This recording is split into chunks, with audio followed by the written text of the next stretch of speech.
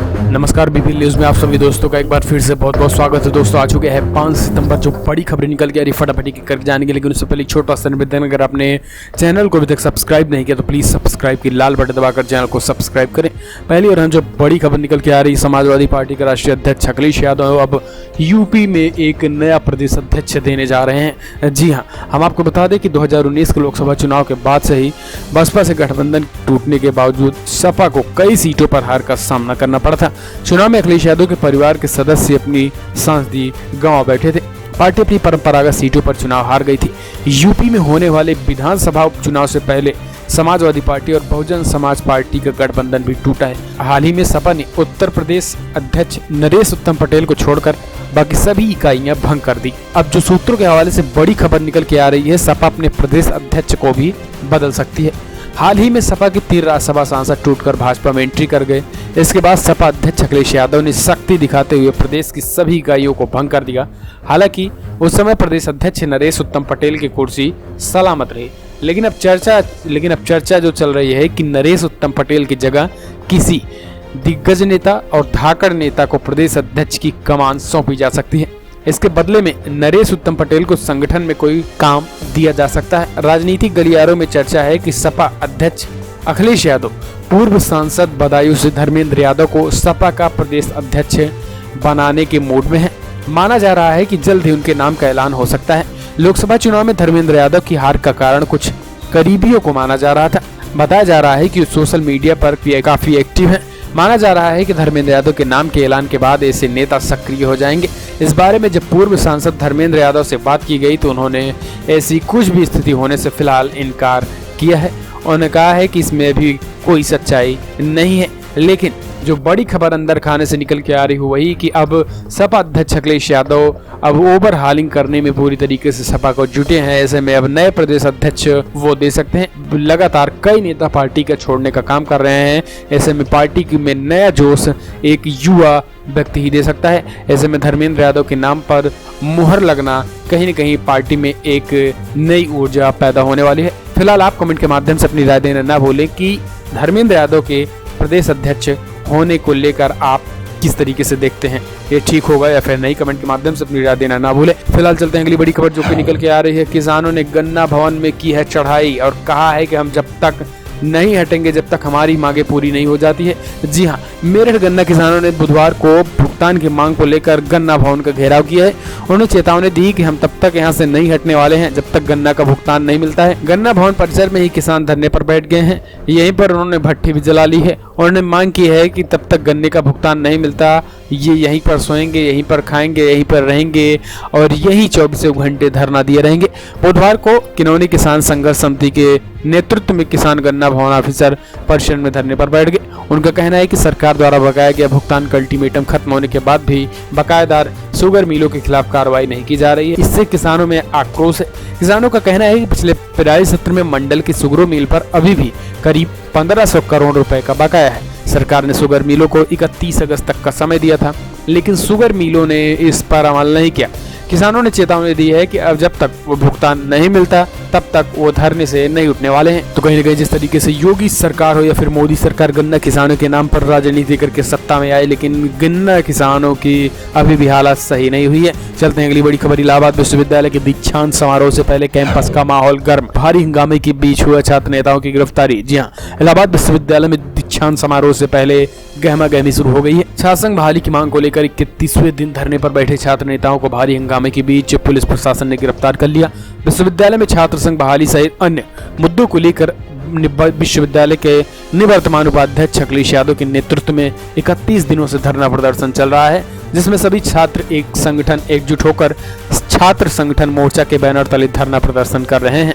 दीक्षांत समारोह में हंगामे की आशंका देखते हुए विश्वविद्यालय प्रशासन द्वारा आंदोलित छात्रों को छात्र भवन के बाहर चल रहे प्रदर्शन को खत्म कराने के लिए पुलिस के जरिए दबाव बनाया गया, जिसके बाद छात्रों को गिरफ्तार कराया गया।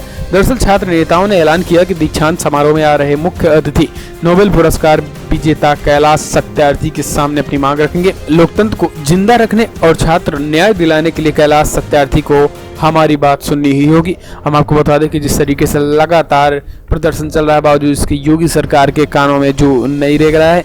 हम बता दें कि ये मामला पूरी तरीके से वहां पर छात्र संघ चुनाव को लेकर है।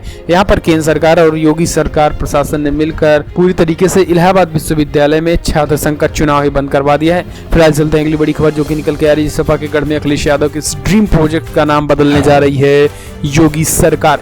यूपी में नाम बदलने को लेकर एक बार फिर राजनीति शुरू हो गई।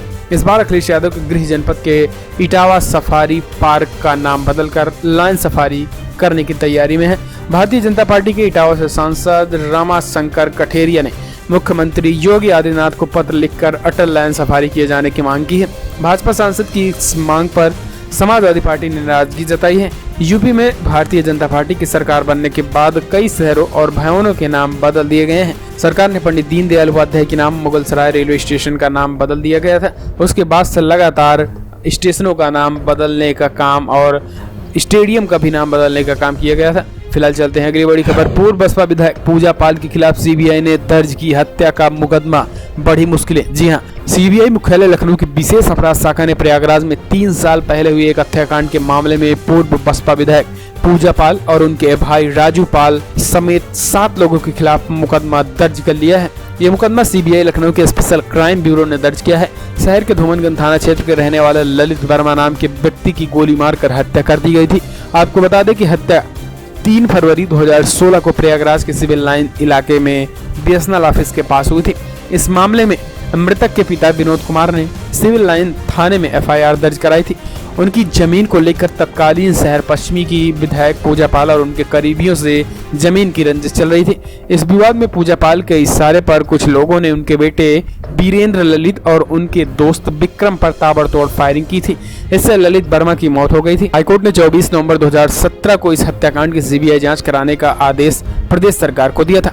अब सीबीआई ने 3 सितंबर को इस मामले में पूजा पाल, राहुल के अलावा राजेश त्रिपाठी, संदीप यादव, दिलीप पाल समेत कई लोगों पर मुकदमा दर्ज कर लिया है, जिससे अब मुश्किलें बढ़ रही हैं। फिलहाल चलते हैं अगली बड़ी खबर। समाजवादी पार्टी जिस तरीके से सपा को ओवरहालिंग करने में लगी है, ऐसे में अब इलाहाबाद में भी नया अध्यक्ष मिल सकता है। जी हाँ, समाजवादी पार्टी की सपा के राष्ट्रीय अध्यक्ष अखिलेश के निर्देश पर सपा की कार्यकारिणी सहित सभी यूथ इकाइयों को भंग कर दिया गया। प्रदेश अध्यक्ष नरेश उत्तम को छोड़कर सभी पदाधिकारियों को पदमुक्त कर दिया गया है। उम्मीद है कि यूपी में होने वाले उपचुनाव से पहले सपा संगठन में नए पदाधिकारियों की नियुक्ति कर सकती है, जिसको लेकर प्रयागराज जिले और महानगर की कार्यकारिणी में दिग्गज नेताओं की रेस जारी है। जिले में सपा की कार्यकारिणी के सदस्य राज्यसभा सांसद कुंवर रेवती, रमन सिंह राष्ट्रीय महासचिव, पूर्व सांसद इंद्रजीत सरोज राष्ट्रीय सचिव, पूर्व सांसद राम पूजन पटेल, यहाँ दावेदारों की आवाजाही शुरू हो गई है। हालांकि इस मुद्दे पर सपा की ओर से आधिकारिक तौर पर कोई भी बोलने को तैयार नहीं है, लेकिन माना जा रहा है कि यहाँ पर भी एक नया अध्यक्ष मिल सकता है। चलते हैं अगली बड़ी खबर जो कि निकल के आ रही है। पाकिस्तान से रेफर किए गए कैंसर के मरीज को लखनऊ में मिल गई है नई जिंदगी। जी हाँ, आपको बता दें कि राजधानी लखनऊ में पाकिस्तान से आए मरीज का सफल इलाज कर चिकित्सकों ने उन्हें जीवन दान दिया है। मुंह के कैंसर से ग्रसित मरीज अबू के जीभ की सर्जरी होनी थी। गाल के मांस और चमड़ी से प्लास्टिक सर्जरी के जरिए जीभ का दोबारा दुरुस्त किया गया। अब मरीज पूरी तरीके से स्वस्थ है। 4 लाख में होने वाले सर्जरी को 1.5 लाख में पूरा किया गया है। मरीज अबू पहले अफगान में अपना इलाज कराए, उसके बाद जब आराम नहीं हुआ तो पाकिस्तान रेफर किया गया, लेकिन पाकिस्तान में न होने के बाद इनको लखनऊ आना पड़ा। पाकिस्तान में रहते हुए इन्हें लखनऊ के एक डॉक्टर अनुराग यादव के बारे में जानकारी मिली। मरीज की डॉक्टरों ने नेट पर सर्च करके डॉक्टर अनुराग से बात की और 10 दिन के वीजा पर लखनऊ पहुंचे। यहाँ पता लगा कि मरीज को तत्काल सर्जरी की जरूरत है। डॉक्टर अनुराग ने बताया कि ऑपरेशन थिएटर सहित अन्य खर्चों में यहाँ पर सब कुछ हो जाएगा। कहीं न कहीं एक अच्छी खबर निकल के आई। यूपी में लखनऊ में यहाँ पर इलाज हुआ। फिलहाल चलते हैं अगली बड़ी खबर। पीएमएलए में अरेस्ट डीके शिव कुमार की मुश्किलें बढ़ गई हैं। 13 सितंबर तक रहेंगे ईडी की हिरासत में। जी हाँ, कांग्रेस नेता और कर्नाटक सरकार में पूर्व मंत्री डीके शिव कुमार की मुश्किलें और बढ़ गई हैं। दरअसल prevention of money laundering act के तहत गिरफ्तार किए गए शिव कुमार को दिल्ली के राउज़ेवनी कोर्ट में बुधवार को 13 सितंबर तक के लिए ईडी की रिमांड पर भेज दिया। इससे पहले ईडी ने मामले में 14 दिनों के लिए उनकी हिरासत मांगी थी, जबकि उन्हें स्पेशल जस्टिस अजय कुमार कोहाड़ के सामने पेश किया गया था। दिल्ली स्थित राम मनोहर लोहिया अस्पताल में मेडिकल जांच के बाद 57 साल के कांग्रेसी नेता को कोर्ट लाया गया। शिव कुमार के वकील अभिषेक मनु सिंघवी और दयान कृष्णन ने हिरासत में पूछताछ करने की ईडी की याचिका का यह कहते हुए विरोध किया था कि वो जांच में शामिल हुए हैं और कभी भी भागने की कोशिश नहीं की। वकीलों ने दावा किया कि शिव कुमार को आज खाना नहीं दिया गया और ये ईडी द्वारा धीरे धीरे दी जाने वाली यातना शुरू हो गई है। तो कहीं ना कहीं जिस तरीके से लगातार कांग्रेस पार्टी के नेताओं पर मोदी सरकार का शिकंजा ईडी और सीबीआई के माध्यम से हो रहा है, इससे कहीं ना कहीं एक बात तो साबित है कि भारतीय जनता पार्टी अब कांग्रेस के नेताओं से बड़ा डर होने लगा है। अगली जो बड़ी खबर निकल के आ रही है, कर्ज में दबी बीएसएनएल अब देगी 70 से 80 हजार कर्मचारियों को वॉलंटरी रिटायरमेंट। जी हाँ, देश की सबसे बड़ी सरकारी टेलीकॉम कंपनी बीएसएनएल अब 70 से 80 हजार कंपनियों को बीआरएस यानी वॉलंटरी रिटायरमेंट देने की तैयारी में है। मीडिया रिपोर्ट के मुताबिक केंद्र सरकार से मंजूरी मिलते ही इन कर्मचारियों को एक आकर्षक पैकेज देकर रिटायर कर दिया जाएगा।